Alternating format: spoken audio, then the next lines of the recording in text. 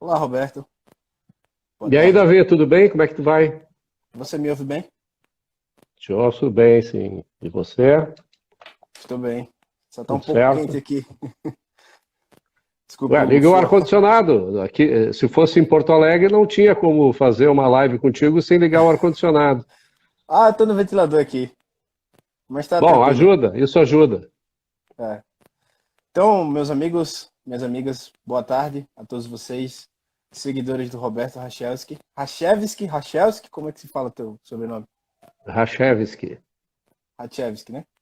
O Roberto Rachevski, que é empresário, ele foi um grande ator no meio liberal, presidente do Instituto, ex-presidente do Instituto Atlantis, Instituto de Estudos Econômicos, né? Instituto de Estudos Empresariais. IEE. Entendi. Então, hoje nós vamos falar a respeito. Que é a instituição que faz o Fórum da Liberdade. Sim, sim. Grande. Eu já vi muitas palestras do Fórum da Liberdade. E hoje É um nós vamos grande falar a evento. respeito. Sim, sim. Hoje nós vamos falar a respeito da ética objetivista. Então, Roberto, você pode ficar à vontade e eu gostaria inicialmente de fazer uma pergunta. Por que que a ética objetivista, ela não deve ser encarada meramente como uma proposta ao egoísmo desenfreado, que é o que muitas pessoas pensam quando leem Ayn Rand, né? Acham que quando estão lendo ela, as pessoas acham que ela dá uma carta branca para que a pessoa possa fazer aquilo que ela quiser, independentemente de consequências, sendo que até no próprio primeiro capítulo do livro A Ética, a Virtude do Egoísmo, ela fala que o homem ele tem que ter uma dose de racionalidade em todas as suas decisões, né? É, exatamente. Mas vamos tentar lidar com esses conceitos de uma maneira um pouco mais aprofundada, para que a gente não crie ainda mais dúvidas a respeito disso. Em primeiro lugar, baseado naquilo que tu comentaste, eu queria dizer o seguinte, que toda ação humana, ela produz determinado efeito, né? Quer dizer, falar que o homem agir sem consequências é uma inverdade, né? A nossa ação, ela traz consequências dos mais variados tipos, tá?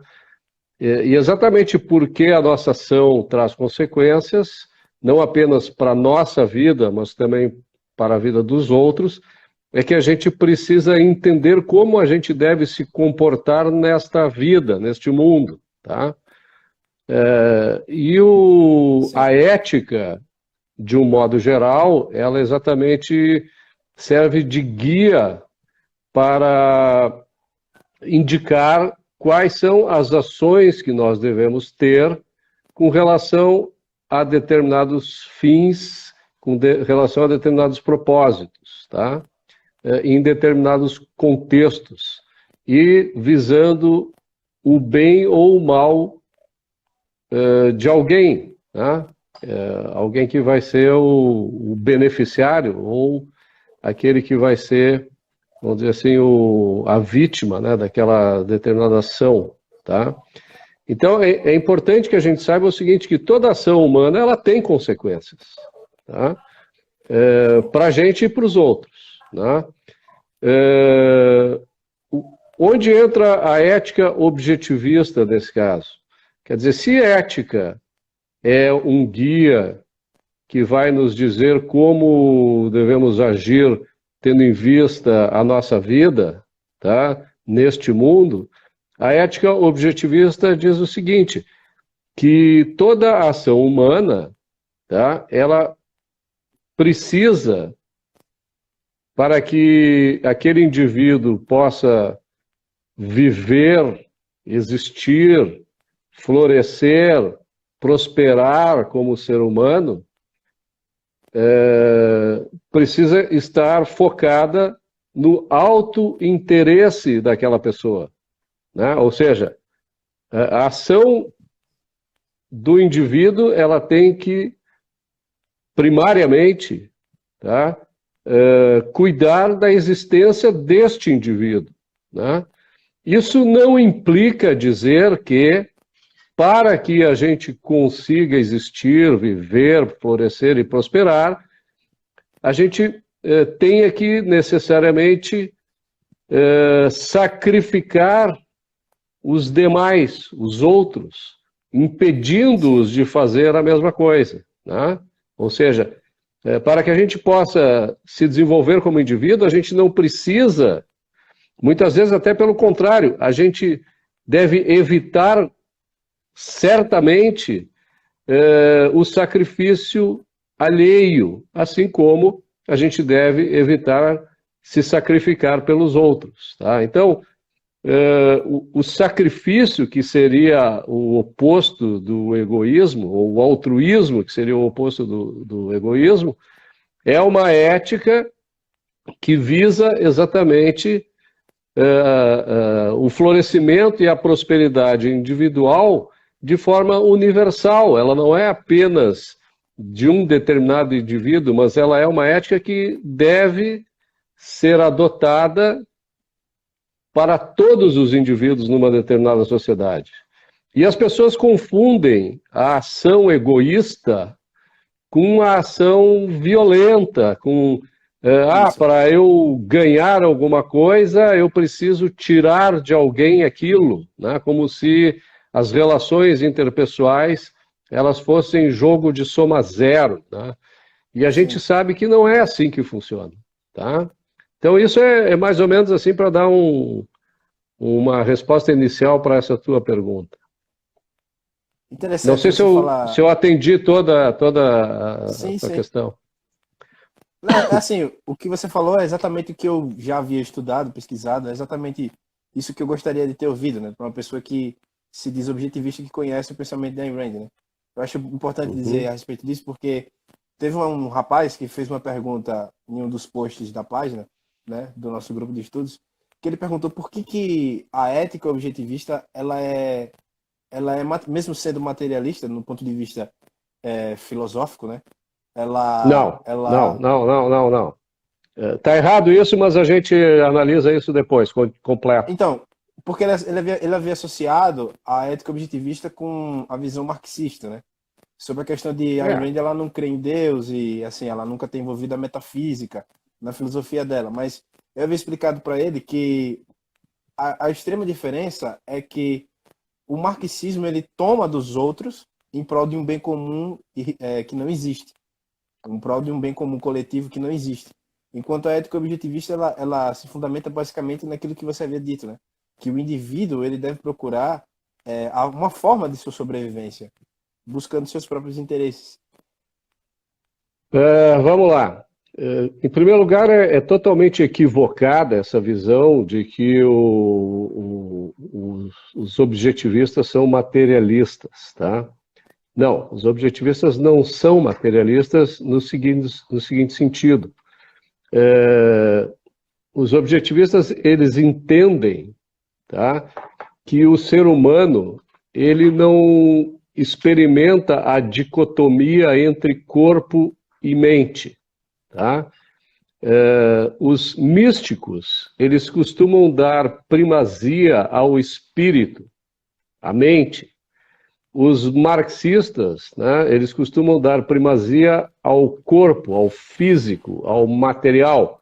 Os objetivistas, eles não aceitam essa dicotomia. O ser humano, ele é corpo e mente. Corpo e mente são coisas diferentes, mas são inseparáveis. Não é possível para o ser humano ser só corpo, como também não é possível para o ser humano ser só espírito.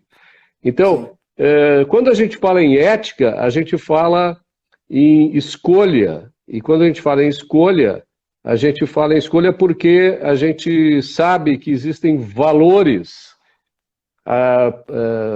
os quais a gente deve escolher para fazer aquilo que eu tinha dito antes, para poder florescer e prosperar, né?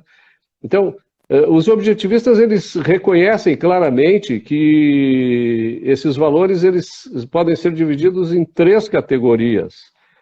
Essas 3 categorias atendem esses 2 aspectos do ser humano, corpo e mente, né? O ou o físico e o espírito, vamos dizer assim, que são os valores materiais, aquilo que serve para nos manter, né, como seres humanos racionais que dependem de um determinado meio de sustentação para existir, assim como também a gente precisa ir atrás de valores intelectuais, porque como nós somos racionais, nós precisamos adquirir conhecimento, nós precisamos saber pensar a respeito das coisas da realidade, né? E usando o método científico, a lógica, para identificar aquilo que realmente vai satisfazer o nosso autointeresse de forma racional. E também a gente tem que ir atrás de valores espirituais, sendo que o valor espiritual mais elevado para os objetivistas é o próprio amor, né? A gente poderia enumerar uma série de outros, né? A justiça, a amizade, a própria liberdade, enfim, são valores espirituais que a gente desenvolve na nossa mente, né? E que permite não apenas que a gente prospere intelectual e espiritualmente, mas também que isso nos cause um bem-estar tal que materialmente a gente se torna mais produtivo, a gente lida melhor com as coisas da realidade, a gente lida melhor com a nossa própria consciência e lida melhor com os outros que fazem parte desse contexto, né? Então, o fato dos objetivistas não acreditarem em Deus não tem nada a ver com uma questão política, ética,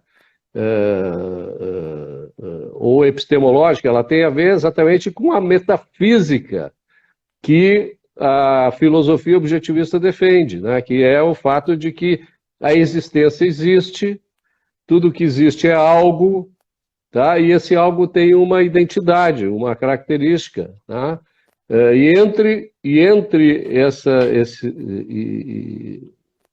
Um desses algos que há na realidade é a nossa própria consciência, tá? Então, o que a gente não acredita é em Deus, mas isso não significa dizer que a gente despreza os valores intelectuais e espirituais e coloca os valores materiais acima disso. Os valores, eles também se interrelacionam, né? O homem é um ser que necessita usar a sua consciência, a sua capacidade intelectual para viver. Se a gente não produz as coisas, a gente não consegue, as coisas não apenas no aspecto material, mas também intelectual e espiritual, a gente não consegue viver nessa terra, né? Então, é um equívoco absoluto querer equiparar o que Ayn Rand chamava, né, os objetivistas, os brutos do corpo, do físico, com os feiticeiros, né, da mente, né, do espírito, tá? Os místicos, né? Então, se nega a existência de Deus porque as evidências comprovam que Deus não existe, que o que é necessário para que a gente possa viver neste mundo e para que esse mundo exista está aí, né? A existência existe, quer dizer exatamente isso, tá? O mundo não foi criado por ninguém e provavelmente também não foi criado do nada, porque isso implica em contradições lógicas, né? Porque do nada não vem nada, e se alguém precisa criar o mundo, quem criou esse criador que fez essa criatura, né? E aí se tem aquele looping lógico que invalida essa acepção, né? Sim. Como ela fala que a existência ela é uma necessidade metafísica, né? Do indivíduo. O indivíduo ele precisa se tu não existe, tu é nada. Tu não... a existência é uma verdade axiomática, né? Quer dizer, é incontestável, é irredutível. Se tu for querer provar que a existência não existe, tu já está contradizendo a ti mesmo, porque só o fato de tu querer provar já prova que tu existe, né? Ora, se tu existe, então a existência existe. Isso já foge um pouco ao relativismo, né? O relativismo, eles conseguem dizer, mas essa é uma existência menor ou maior que a outra. Ela já faz aquela confusão. Não, Ela não, já é vai uma no coisa, cerne da é por isso questão, que né? se chama objetivismo, né? Uma verdade que se baseia na realidade objetiva, analisada através da lógica, né? Isso. Então, eu estava dizendo exatamente que o objetivismo, a metafísica objetivista se baseia na realidade objetiva, né? Na existência que a gente pode aferir pelo método científico, pelo uso da lógica, pela experiência, né? Pela análise dos fatores que envolvem, inclusive, a nossa própria consciência, né? E que os objetivistas não são materialistas por não acreditarem em Deus, pelo contrário.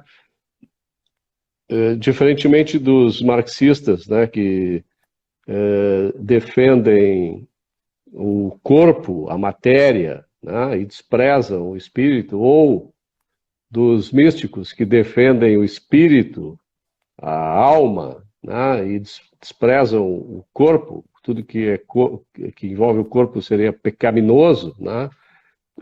Os objetivistas, eles têm consciência, têm clareza na ideia de que nós não temos corpo e mente como uma dicotomia, nós somos corpo e mente, não há possibilidade de separar o corpo e a mente, né, no indivíduo. O corpo e a mente formam o ser humano, o indivíduo, eles dão integridade ao nosso ser. Tá? Então,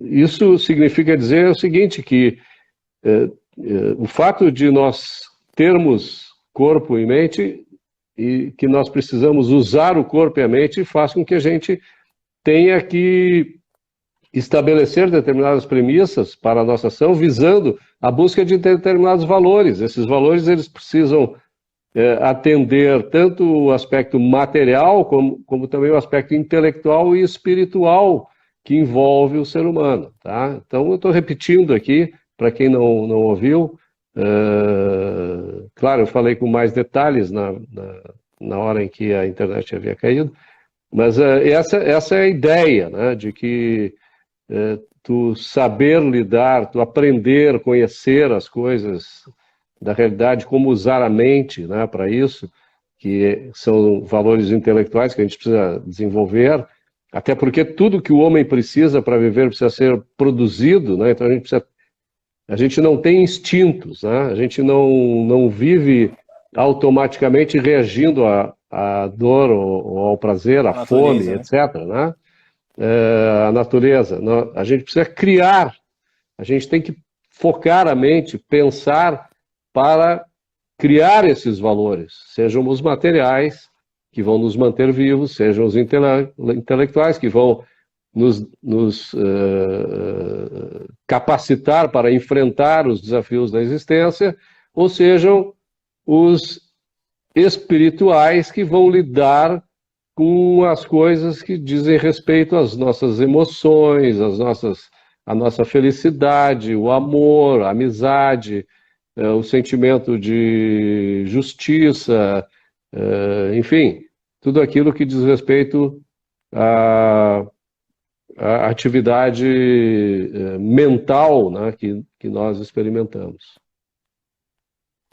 Outro aspecto interessante que eu havia, assim, a boa parte da filosofia dela não está assim descrita propriamente no A Virtude do Egoísmo, né? Está bem condensado nos livros A Revolta de Atlas e A Nascente e um pouco do livro de Cântico, né? E assim, eu queria saber assim, o que você poderia dizer a respeito desses livros, né? Porque que eles são tão importantes tanto quanto A Virtude do Egoísmo, porque A Virtude do Egoísmo ela fala de uma forma mais clara, filosoficamente, mas como ela demorou mais tempo para escrever A Revolta de Atlas e A Nascente e os outros livros, né? Eu acredito que ela deva ter se dado um pouco mais, né, naquelas obras. O que acontece, a Ayn Rand já declarou isso várias vezes, é o seguinte: em primeiro lugar, a Ayn Rand escreveu 4 livros de ficção, né, que é o Cântico, a Nascente, a Revolta de Atlas e o We the Living, né? Que não Que tem na verdade tradução eu em acho que é o português. primeiro. O We the Living trata do coletivismo, do indivíduo numa sociedade coletivista concreta, ele chega a ser quase uma autobiografia, né? É uma jovem vivendo na União Soviética, tá? Com todas as implicâncias que envolvem tu ser um indivíduo vivendo num país autoritário, tá? Coletivista, né? É uma pena que ainda não tenha sido traduzido para o português, mas tem um filme muito bom italiano chamado Noi Vivi, né?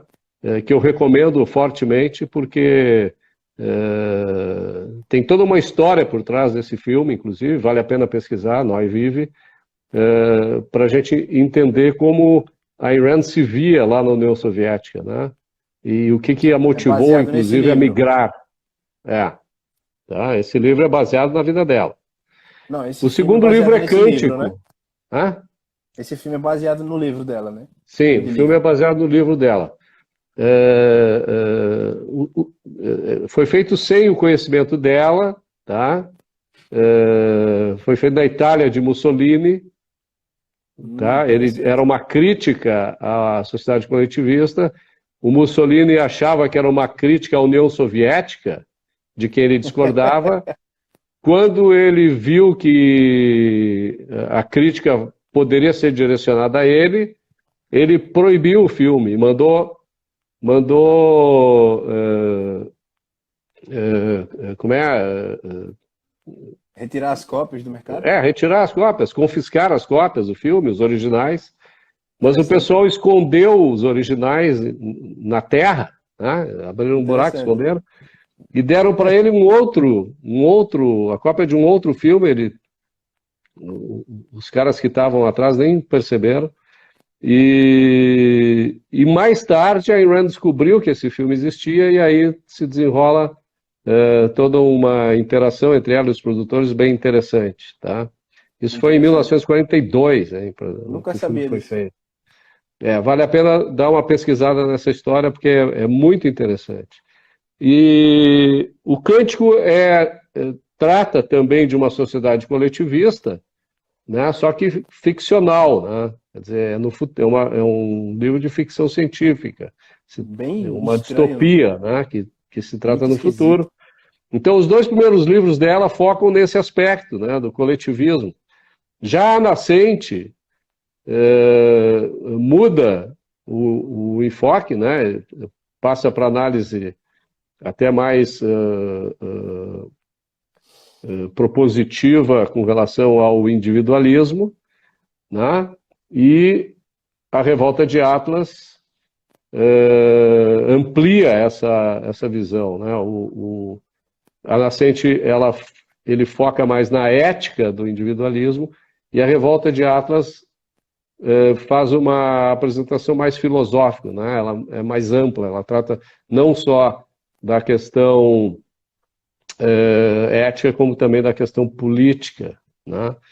Da estética, enfim, vê a filosofia como um todo. Então, ela usou os livros de ficção para defender a ideia filosófica que ela tinha, né?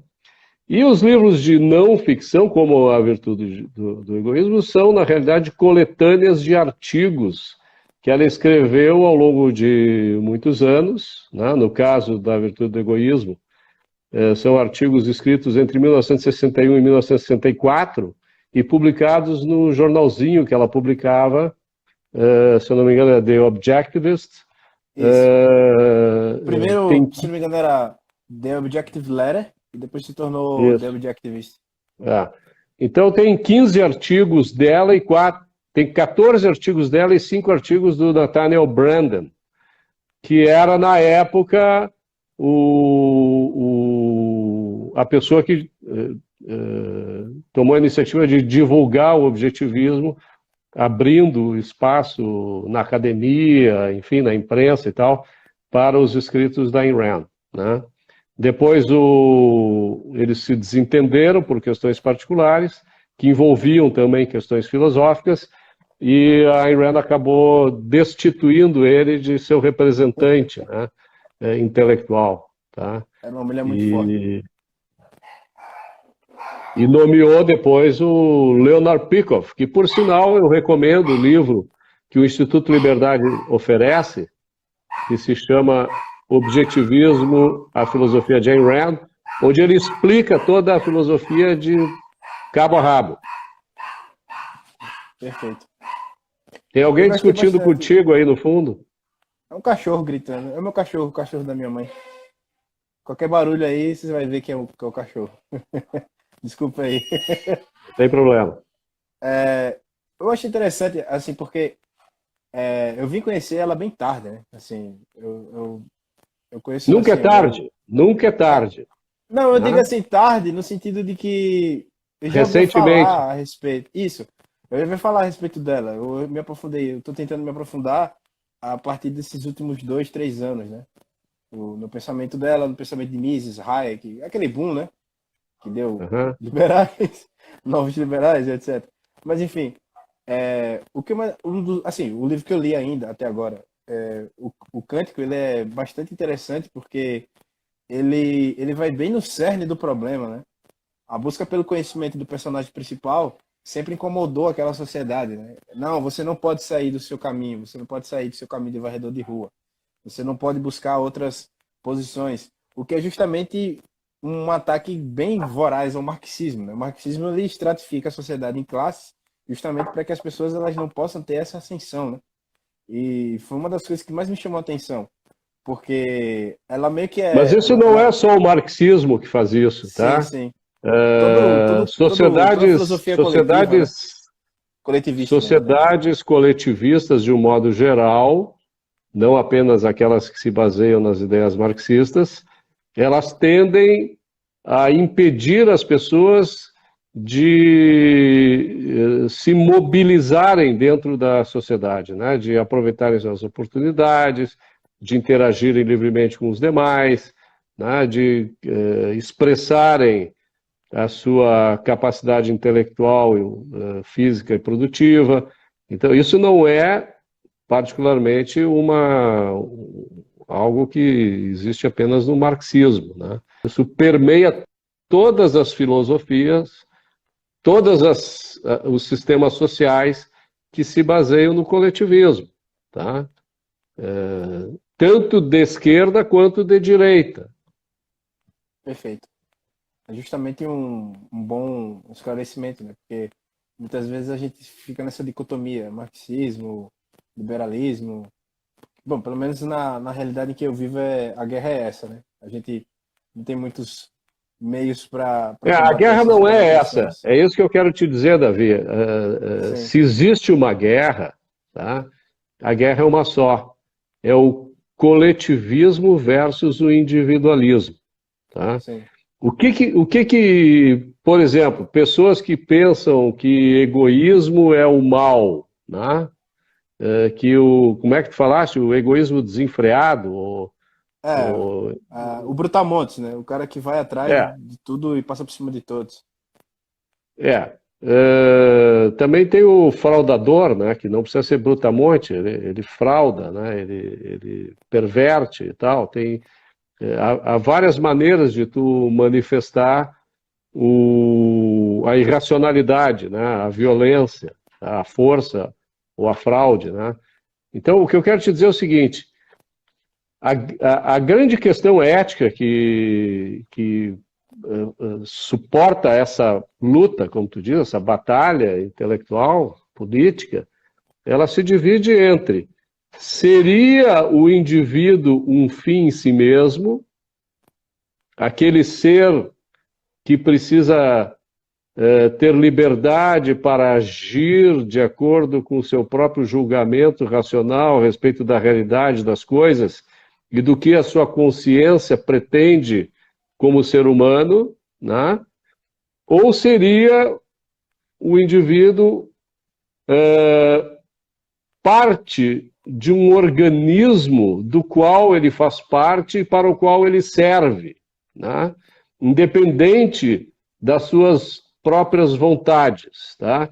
Então, existem ideólogos que veem a sociedade como um organismo. Né?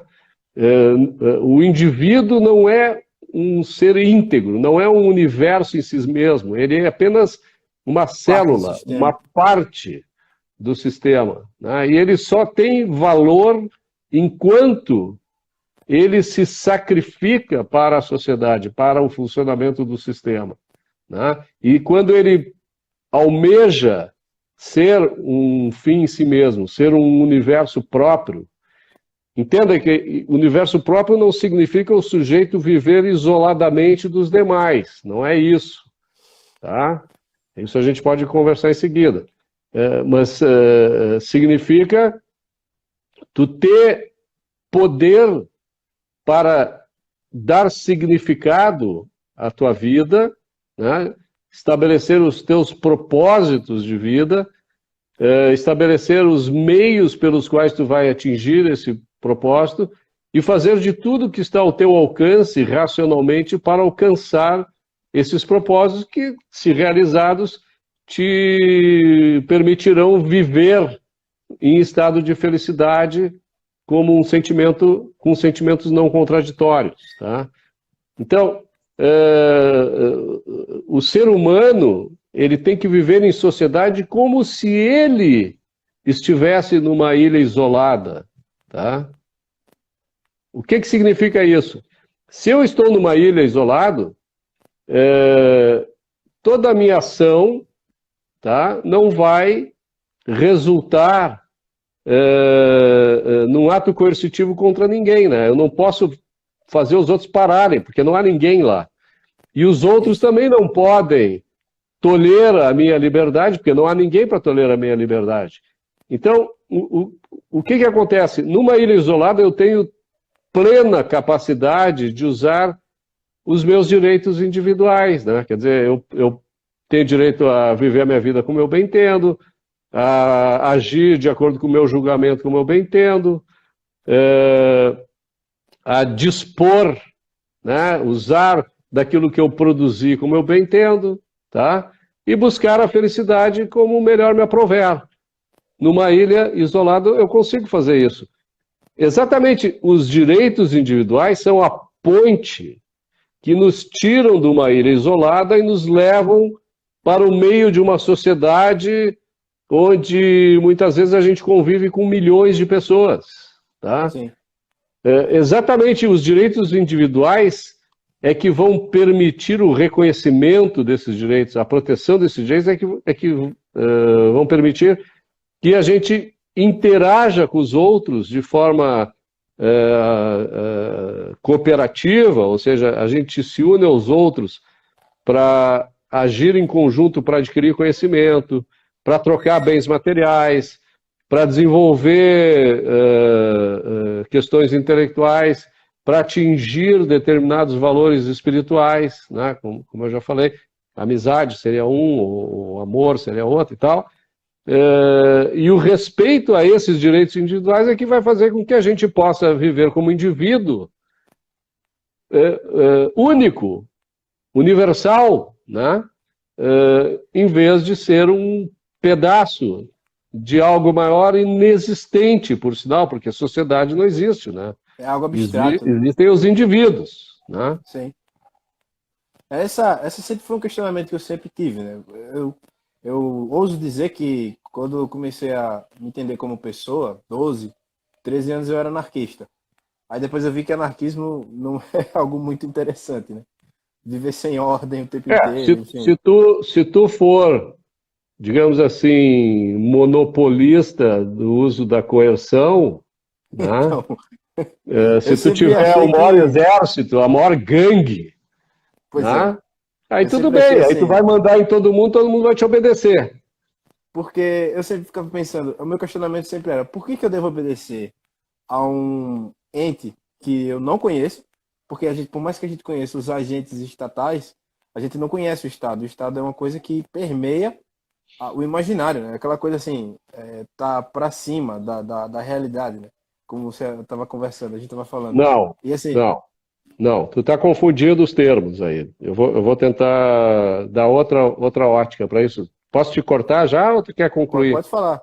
Não, deixa eu só terminar. Aí assim, eu ficava pensando, mas por que que nós devemos tirar nosso sustento para alimentar pessoas para sustentar pessoas que a gente não tem nenhum vínculo, nem absolutamente nada disso? Aí eu sempre achei que eu era anarquista, quando na verdade eu descobri que eu era liberal. Pois então, aí é o seguinte: sociedade, tá, é uma coisa abstrata, não existe sociedade. Existe um conjunto de indivíduos que a gente Sim, chama sociedade, mas tu não vê a sociedade. A sociedade não tem vontade, a sociedade não tem forma, né?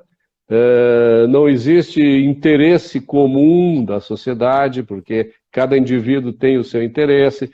Não existe bem coletivo, comum na sociedade, porque cada indivíduo tem o seu bem, né? sim, Então, sociedade, dessa maneira, não existe. Agora, o Estado, ele é não uma abstração, mas ele é uma instituição, tá? Que a sociedade, os indivíduos, ou parte dessa sociedade, ou parte desses indivíduos, resolve constituir, estabelecer para impor determinada ordem, sim, né? sim, E essa ordem ela tem diversas fontes, tá? Tem a ordem, por exemplo, eu vou falar só dessas, tá? Dessa que me interessa. A ordem que os objetivistas defendem, que se baseia na ética, tá? Do individualismo, né? Onde cada um é dono de si, é dono da sua vida, tem que defender o seu autointeresse de forma racional, ou seja, tem que usar a mente, não tem que usar a força, né? Tem que convencer os outros, cooperar, trocar voluntária, espontânea e livremente com os outros, né? Essa ordem, ela é estabelecida a partir daí, né? Quer dizer, é a inter-relação racional entre as pessoas que deve prevalecer numa sociedade. Agora, nós sabemos que os seres humanos, eles são racionais, mas ser racional significa ter a faculdade de usar a razão, né? Tu pode usar a razão ou não, né? sim, Daqui a pouco tu abre mão da razão e resolve usar a força, usar a coerção irracionalmente, violência, a violência motivada por caprichos ou por questões ideológicas ou religiosas, tá? Então tu abre mão do uso da razão, tá? Não estou falando de inteligência, estou falando do uso da razão no sentido de tu respeitar determinados princípios, tá? Que sem eles a gente perde a nossa capacidade de lidar com cooperação e trocas voluntárias, né? Com respeito aos demais, tá? Então, como a gente sabe que há na sociedade pessoas assim, né, que gostam de se prevalecer através da força ou da fraude, então é preciso que haja uma instituição para que a sociedade possa recorrer, ou seja, o Estado ele é inerte, né? Ele só vai se mover a partir do momento em que alguém na sociedade se sentir com seus direitos violados, tá? Então, a partir do momento que alguém se sentir com os seus interesses ou direitos violados por fraude ou pelo uso da força por alguém, vai recorrer ao Estado, o Estado vai abrir um processo, o chamado devido processo legal, para que a coisa seja objetivamente analisada, para que o indivíduo, a situação seja investigada, o indivíduo seja investigado, julgado e, se ele for culpado, segregado e punido, se ele for inocentado, volta tudo ao que era antes, né? E o que faz essa instituição também? Ela estabelece leis que devem ser objetivas, dizendo para as pessoas, olha, isso aqui não pode fazer, porque isso aqui violenta, né, viola Os princípios. os direitos dos outros. Os princípios aí são os direitos, né? Sim. Esse é o princípio, né? Então, é isso que o Estado deve fazer, proteger, respeitar os direitos individuais, não só ele, como também fazer com que os demais respeitem, retalhando caso isso não aconteça, tá? Tu Tem vai uma me pergunta aqui. perguntar, talvez, isso está na virtude do egoísmo, ok, mas como é que vai financiar essa instituição, né? Quer dizer, hoje o governo que a gente conhece, que para mim é mais uma máfia do que um governo, não é um governo, é uma É máfia, dois. né? Porque usa de coerção, aproveita o monopólio do uso da força que tem, que não é bem um Na justiça monopólio, também, né? mas ele tem vamos dizer assim, uma força descomunal, né? Ele usa da força para cobrar impostos, para sobreviver. Não deveria ser assim, né? Deveria ser uma relação voluntária entre o indivíduo e o Estado, né? Quem quer a proteção estatal vai contratar o Estado, ou com um seguro, ou quando quiser abrir um processo contra alguém, vai pagar as custas e tal. É assim que deveria ser, né? E não como é hoje. Tem uma pergunta aqui da Drica Góes. E Uhum. nessa guerra, coletivismo versus individualismo. Para onde vamos, Roberto? Bom, nós não temos destino manifesto, né? Ninguém sabe a respeito do futuro. O que a gente sabe é que já foi pior, né? Nós já tivemos experiências muito piores do que as que a gente está vivendo hoje. Claro que a experiência que a gente está vivendo ela é triste, né? Terrível. Mas já foi pior. A gente já evoluiu institucionalmente em muitos lugares e a gente tem uma noção maior do que são direitos individuais, do poder exorbitante que o Estado tem quando viola os nossos direitos e tal. Então, para onde a gente vai? Para onde a gente quiser ir, né? É uma luta, né? Então, a gente precisa, para enfrentar essa luta, cada dia mais se capacitar material, intelectual, espiritualmente, para enfrentar os nossos adversários, né? Auferindo riqueza, para a gente ter independência, tendo capacidade intelectual para poder promover os bons argumentos, né? E também para a gente ter autoestima, né? Que é um valor espiritual, né? Para a gente ter autoestima, para a gente ter compreensão com os outros, para que a gente possa se dedicar a informá-los melhor, convencê-los de que muitas vezes as ideias que eles carregam são equivocadas, porque tudo isso é do nosso interesse, né? A gente tem que fazer os outros se aprimorarem também, porque isso também é do nosso interesse. Quanto mais pessoas usarem a racionalidade, quanto mais pessoas usarem as virtudes, muitas delas das quais o objetivismo muitas das quais o objetivismo defende claramente, melhor vai ser a nossa vida em sociedade, né? Senão daqui a pouco vai nos restar mesmo ir viver numa ilha isolada e perecer rapidamente, porque o ser humano ele vive muito melhor em sociedade. Por quê? Porque em sociedade a gente tem uma oferta ilimitada de conhecimento e uma oferta ilimitada de bens, né? Sejam eles materiais, intelectuais ou espirituais. Então, é isso que eu penso. Interessante. Por sinal, falando em ilha, tem um filme muito bom que é O Náufrago, com Tom Hanks, Muito tá? bom.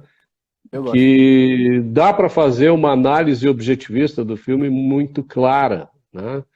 É o cara que chega num lugar onde ele está sozinho, ele precisa lidar com a metafísica, quer dizer, ele precisa responder a pergunta onde estou, quem eu sou, né? Ele lida com a epistemologia, ele precisa descobrir como ele vai aprender, conhecer as coisas a respeito daquele contexto, né? Naquele ambiente, como ele vai entender aquela realidade, né? Tem uma questão ética, né? Quer dizer, ele precisa saber como ele precisa viver para continuar vivo ali, o que ele precisa fazer, né? Qual é o guia que ele precisa seguir para viver ali isoladamente. Não tem política, porque ele está sozinho, né? Então, política precisa ter pelo menos mais um, né? Não é o caso. E ele tem, isso é muito interessante para quem viu o filme, não sei se tu assististe o Náufrago. Já, várias vezes.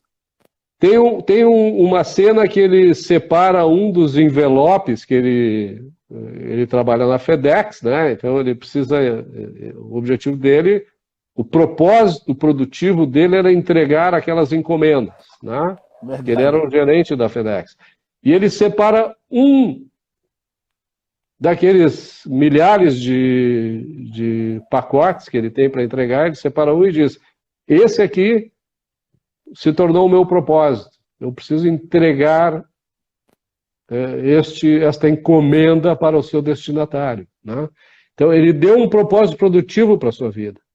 Não era apenas sobreviver às adversidades da ilha, superar todos os problemas que ele teve de curto prazo, não. Ele estava já jogando um propósito para frente, para o futuro, algo que o realizaria como ser produtivo, né? Como ser racional que ele era. E aquilo, no final das contas, é o que trouxe a felicidade, que é um valor espiritual para ele, né? Ele consegue entregar o pacote, parece. Eu não vou contar porque eu vou dar spoiler, tá? Mas esse é o mote principal, no meu modo de entender, de toda a narrativa do filme, O Náufrago, que eu acho espetacular. Sim. É bastante interessante, porque é uma pessoa qualquer, né? De uma história qualquer, e é contada de uma forma extraordinária, né? Uhum. É por isso que é interessante a gente analisar de forma objetivista, né, o filme. Porque todo indivíduo ele tem essa capacidade, né, de ser uma pessoa extraordinária na sua realidade. Pessoal, que tiver alguma pergunta, pode colocar no chat para a gente passar para o Roberto. Qual o conselho que você daria para uma pessoa que esteja querendo descobrir o pensamento de Ayn Rand? Por qual livro começar? Olha, eu acho que a pessoa, em primeiro lugar, eu acho o seguinte, tá? Que antes de ler, a gente precisa ter a consciência de que a gente precisa focar e pensar, né? Livre-arbítrio significa isso, né? Tu ter o poder de escolher focar a tua mente para compreender as coisas da realidade, para compreender os princípios que envolvem a nossa relação com as coisas do universo e com a nossa própria consciência, né? Com as nossas emoções, com o nosso subconsciente, porque o nosso subconsciente carrega coisas que nos foram colocadas dentro, que a gente foi absorvendo desde pequeno, né? Com relação àquilo que a gente vê em respeito à realidade, ou aquilo que os nossos pais, ou amigos, ou avós e tal, nos colocam, né? Então, em primeiro lugar, a gente tem que saber que ler um livro não basta, tá? Que a gente precisa entender aquilo que está sendo dito e que a gente precisa fazer uma análise daquilo como se a gente estivesse escrevendo aquele livro, tá? Eu vejo assim que tem gente que lê 50 livros por ano e cada vez que lê um ele vai mudando de ideia, né? Sempre a ideia que o marca mais é a do último livro que leu e todos os outros eles acabam caindo no esquecimento. Então, o que a gente precisa fazer nessa trajetória de aprendizado é fazer uma análise crítica, é separar o que é verdadeiro do falso, o que é certo do errado, o que é essencial do não essencial, do acessório, né? E aí ir montando quebra-cabeças dentro da nossa mente para que a gente firme uma convicção a respeito daquilo, para que a gente estabeleça os nossos próprios princípios. Não importa se esses princípios são compartilhados com outros, que até originaram esses princípios, importa que a partir do momento em que a gente concorda racionalmente com esses princípios, eles passam a ser nossos, né? Eu, por exemplo, defendo a propriedade intelectual, né? Eu acho que a propriedade intelectual, patentes, direitos de cópia, etc., no momento em que foram institucionalizados, são eles, na minha opinião, são eles que provocaram a Revolução Industrial, né? Que permitiram a Revolução Industrial.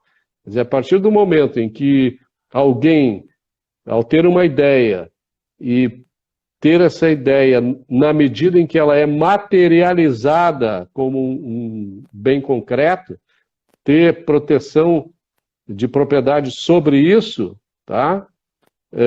É que a partir daí as pessoas passaram a entender que, bom, se eu usar minha mente e puder dispor do fruto daquilo que eu criei, né, então vale a pena eu fazer isso. Senão por quê? Né? Quer dizer, é o autointeresse sendo estimulado daquela maneira. Eu não sou a favor da propriedade intelectual porque aquilo vai trazer um bem maior para a sociedade. Né? Não. Aquilo tem que trazer um bem para o indivíduo que criou aquela ideia e que materializou essa ideia, dando a ela valor. Uma ideia na mente de alguém não tem valor nenhum, tá? Ela só vai ter valor a partir do momento em que ela se materializa, né? E esse valor gerado sobre ele é que a pessoa tem direitos, tá? Porque eu posso ter uma ideia, eu posso te passar a ideia, né? Nós dois ficaremos com a ideia, mas ela só vai se transformar em valor se um de nós resolver materializar aquela ideia, tá certo? Como a ideia foi minha, eu tenho o direito de fazê-lo, tá?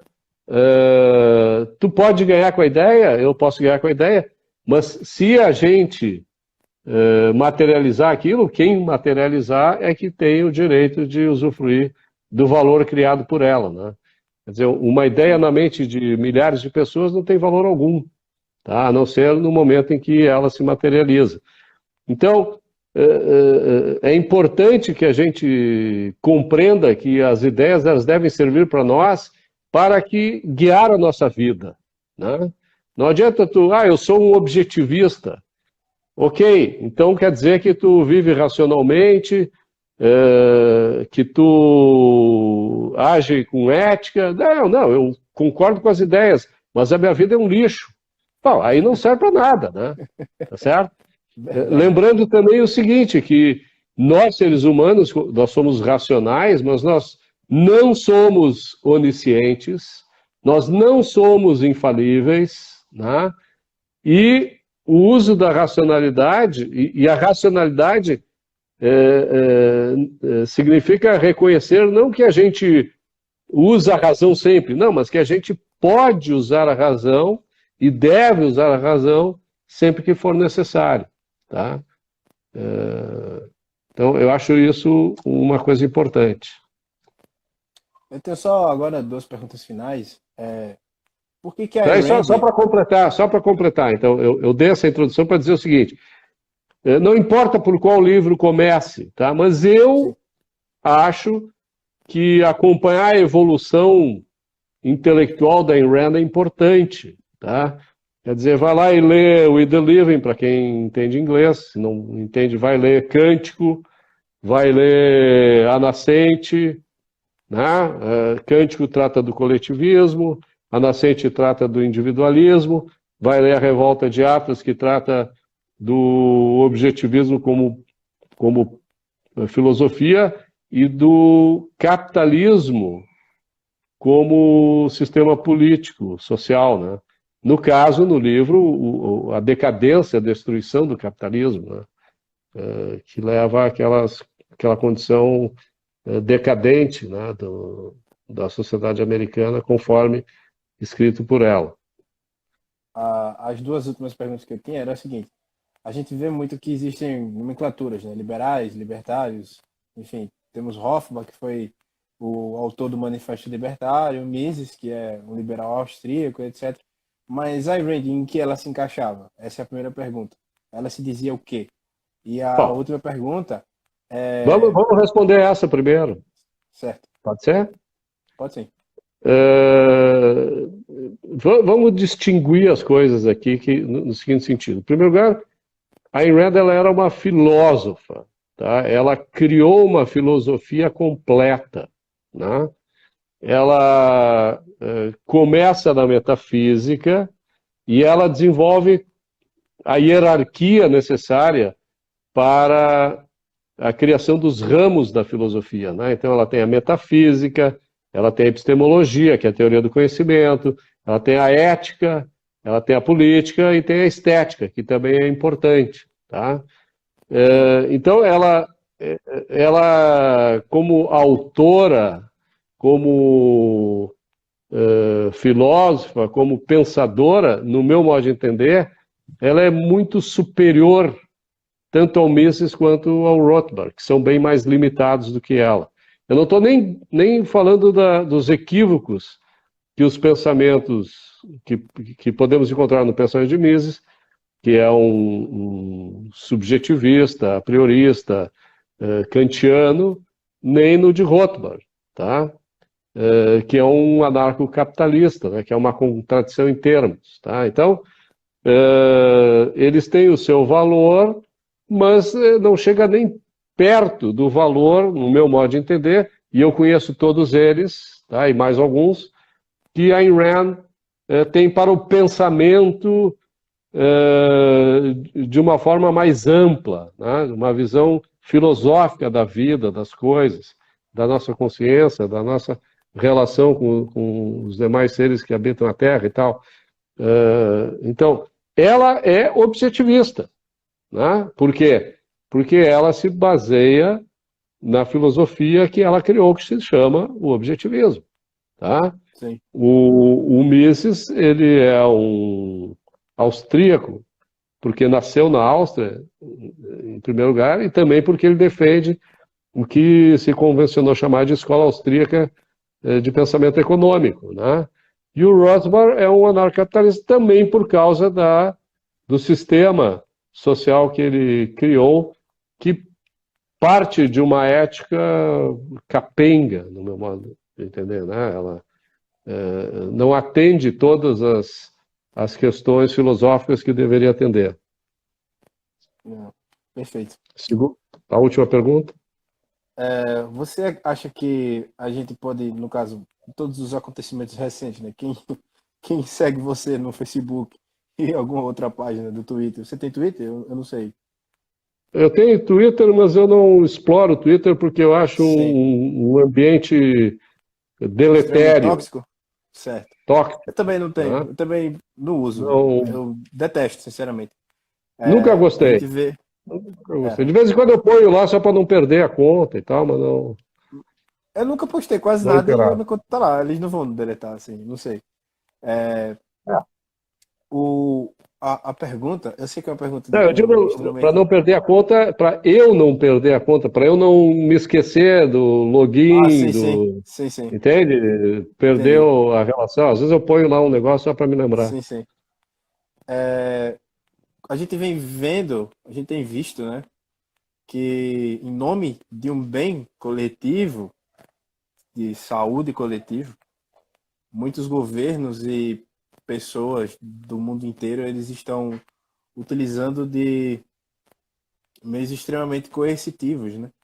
Segregacionistas, as pessoas estão combatendo umas às outras de forma extremamente violenta e assim, você Aonde acredita isso? que... Oi? Aonde isso? Aonde isso?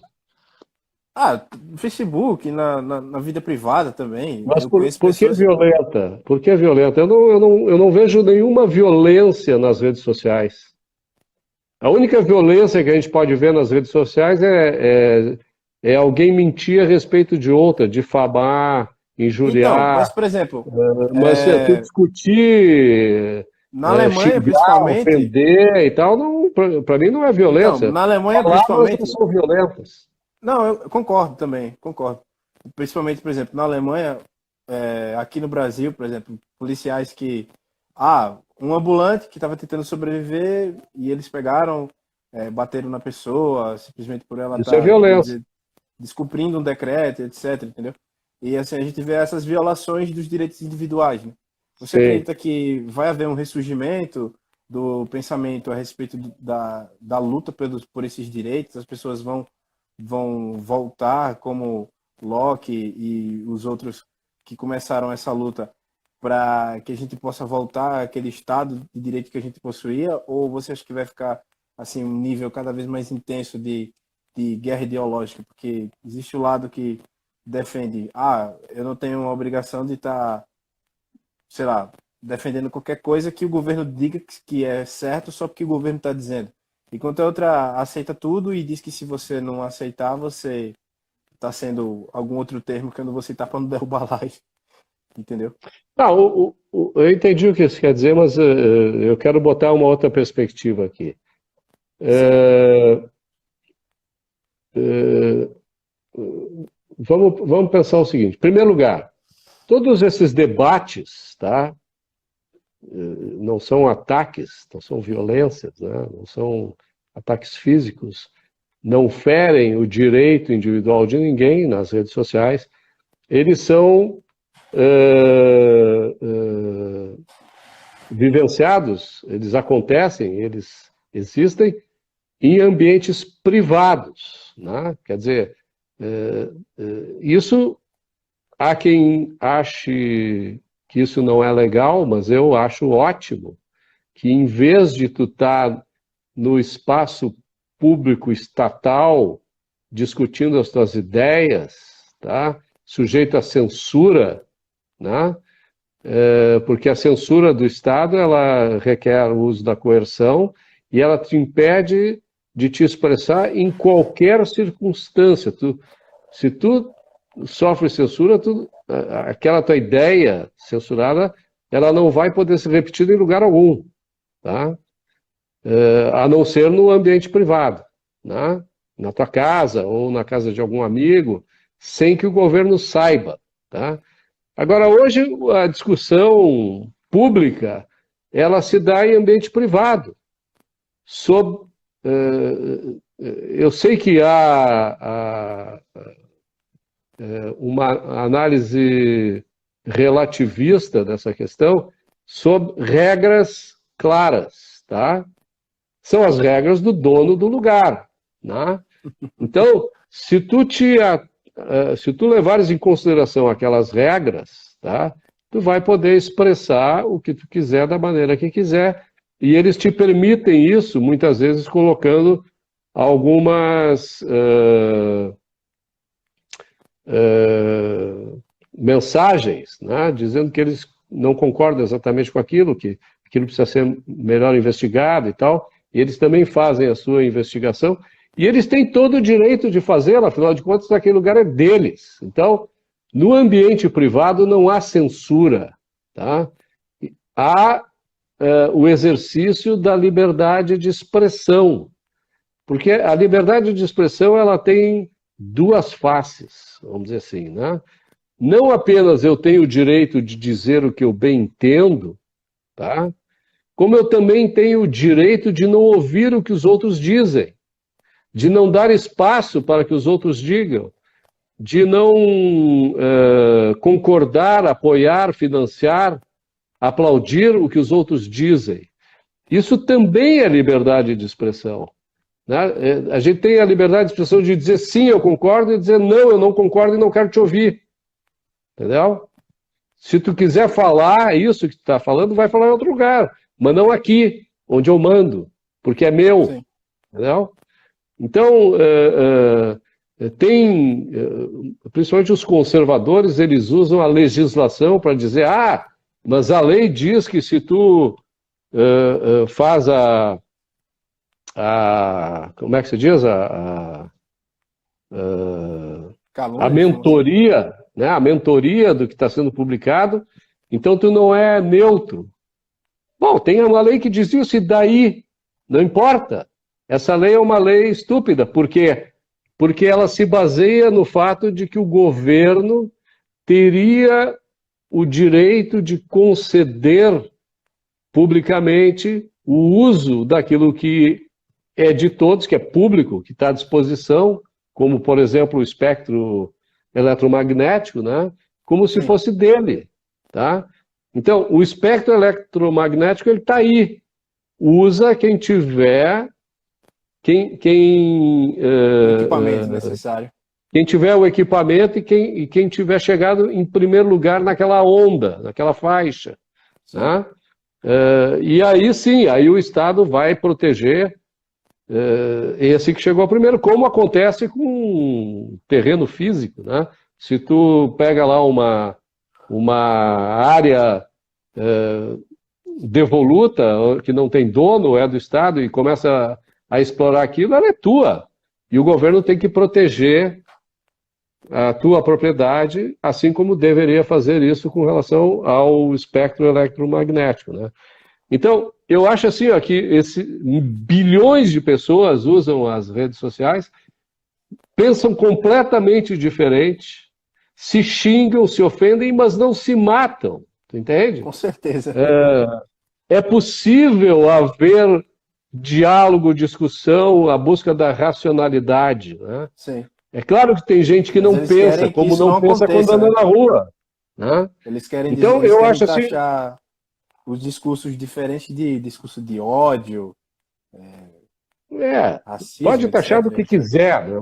Muitas vezes as pessoas fazem crítica aos outros, mas na realidade, se tu olhar mais profundamente, essa crítica ela é uma autocrítica, né? A pessoa chama o outro disso e daquilo, mas é ele que é, né? Então há paradoxos insuperáveis nessa questão do debate público, no debate das ideias, que sempre é ideológico, não pensa que não há ideologia por trás ou filosofia por trás de qualquer argumento, sempre há, e inclusive há ideologia e filosofia por trás de um soco, de um murro, né?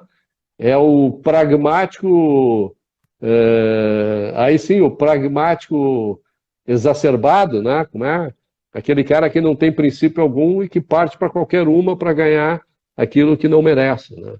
Tem uma pergunta aqui da Guta Pini. Puta Admite-se pena. regras, admite-se regras irracionais em ambiente privado? Admite-se regras irracionais em ambiente privado? Sim, Olha, o cara perguntou. eu acho assim, ó, regras irracionais, elas existem em todos os lugares, né? Sim, Se está no ambiente privado, quem acha que aquelas regras não servem para ela, simplesmente abandona, cai fora. Ou tenta argumentar para mostrar a irracionalidade e convencer a quem estabeleceu as regras que aquilo é contraproducente, que aquilo fere o próprio interesse da pessoa, né? Porque a irracionalidade faz mal para o irracional, antes de qualquer outra pessoa, né? A pessoa que pensou numa irracionalidade, numa regra irracional, ela já está se boicotando de início, antes mesmo dessa regra chegar aos demais, entendeu? Então, sim, é possível isso. Existe aos montes, né? Regras irracionais em ambiente privado. É por isso cada que um muitas vezes faz. as empresas falem, né? Fecham, Pois porque é, as regras elas não são racionais, elas não levam em consideração a realidade, elas não levam em consideração a lógica, elas não levam em consideração os direitos individuais dos outros, tá? E isso. aí a pessoa acaba sendo jogada numa ilha isolada porque não reconhece nada daquela realidade em que ela está vivendo, né? Dentro daquela sociedade. Exatamente. Eu penso que vai ser um pouco difícil, né? até mesmo para as próximas gerações entenderem o período que a gente está vivendo, justamente porque a disseminação de ideias contrárias e o silenciamento contínuo, né, de vozes como as nossas, porque, por exemplo, se você se diz a favor de um posicionamento X ou Y, você não é ouvido pelo outro lado, e assim faz com que o seu discurso pareça sempre um discurso extremista, né? E assim você passa a ser silenciado, cancelado e etc. O que eu acho que a Não, cultura do mas cancelamento é uma isso é completa problema dos imbecilidade, né? outros, não é problema É, teu. Se tu acha não, que tu tem eu razão sei, e os outros não querem te ouvir, problema deles, eu entendeu? sei. O que eu digo assim é porque, por exemplo, a Ayn Rand tem um pensamento tão interessante e bonito, assim, eu vejo uma beleza muito grande no pensamento dela. Só que por muito tempo ficou meio como se fosse abafado, entendeu? Eu digo, eu não sei, porque assim, nós somos Mas, de gerações diferentes, mas assim, o que eu Davi, digo, vamos sim, botar uma perspectiva histórica aqui, porque tu falaste nas futuras gerações e tal. Eu quero te lembrar o seguinte, tá? Que a partir do século quarto, se eu não me engano, ou terceiro, tá? Lá pelos anos 200 ou 300, né? Depois de Cristo, é, uma, um pensador foi colocado no ostracismo, ninguém mais lembrava das ideias dele, que foi Aristóteles. Aristóteles voltou à baila, voltou à discussão e ao debate público, intelectual, quase 1000 anos depois, tá? Lá em do São 1200. Agostinho. Não. Não, São Agostinho era oposto a Aristóteles, era platônico, né? Com Sim. Tomás de Aquino, São mas Tomás, isso, antes desculpa, os árabes. com a Royce e Maimônides, né? Um árabe e um judeu, tá? Eles Sim. traduziram Aristóteles, trouxeram de novo para o debate, mas a análise crítica genial e a que realmente trouxe de novo Aristóteles para a discussão acadêmica, pública e tal, foi com Tomás de Aquino, né? Que tentou dar um suporte racional para a religião, né? De certa maneira conseguiu, mas, por outro lado, ele trouxe a razão para o centro do debate, né? Daí veio a Renascença, daí veio o Iluminismo, daí veio a Revolução Industrial, e daí estamos nós aqui discutindo isso tudo a quilômetros de distância através de uma caixinha de vidro e metal, né? Então, Aristóteles ficou 1000 anos fora da cena, tá? Verdade. E é por isso que a gente viveu a Idade das Trevas, né? Então, a Ayn Rand mesmo dizia, né, que ela se considerava uma filósofa importante, ela chamava dos três As, era Aristóteles, Aquinas, né, que era o Tomás de Aquino, e Ayn Rand, tá? Então, a Ayn Rand, ela tenta não só trazer de novo as ideias de Aristóteles, como aprimorá-las, da mesma maneira que Tomás de Aquino fez. Porém, Tomás de Aquino vinculou a defesa dessas ideias à religião, e Ayn Rand descartou totalmente a religião, no que eu acho que ela está absolutamente certa. Tá? Então, nós estamos hoje em 2022 discutindo coisas que começaram a ser discutidas em 1200 e pouco, né?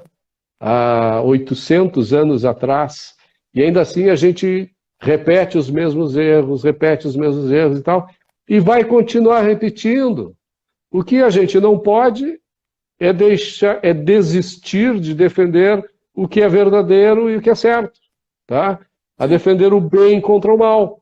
Então, sim. estudar o passado, estudar filosofia, ter ideias próprias desenvolvidas com a razão e participar do debate público é do interesse comum. E aí sim, interesse comum, porque é do interesse da gente e é interesse dos outros, porque a vida de todos pode melhorar, né? Não que a gente tenha que obrigar os outros a viver dessa forma, pelo Sim. contrário, tá? Se as pessoas quiserem viver na lama, vivam na lama, só não carreguem a gente junto. Verdade. Eu acho que a gente não tem mais pergunta. Também já chegou o horário. Roberto, eu quero muito Terminou? agradecer pela sua visita. Foi uma conversa bastante produtiva, principalmente para mim. Acredito que também para os outros que vão assistir essa live depois. E eu gostaria de agradecer em meu nome, né? E em nome do grupo de estudos Brand, aqui da Universidade Federal de Sergipe, pela sua participação. E queria saber se o senhor toparia outro encontro, se o senhor poderia participar também. Com o maior prazer, sempre abro um espaço para a gente poder discutir com gente jovem, com gente interessada, coisas que valham a pena. Tá? E eu acho que discutir filosofia, Ayn Rand, objetivismo, capitalismo, individualismo vale a pena. Não apenas porque isso é interessante para mim, mas vai ser mais interessante para mim ainda quando for interessante para os outros. Tá? Então, estimular esse debate é feito exclusivamente com base no meu alto interesse racional. E é por isso que eu digo que eu estou à disposição sempre. Ok, então. Então, pessoal, uma boa noite. Muito obrigado a todos pela participação. E tenha uma boa noite, Roberto. Bom fim de semana. Obrigado pelo convite. E quando quiser, é só me chamar. Um abração para todos.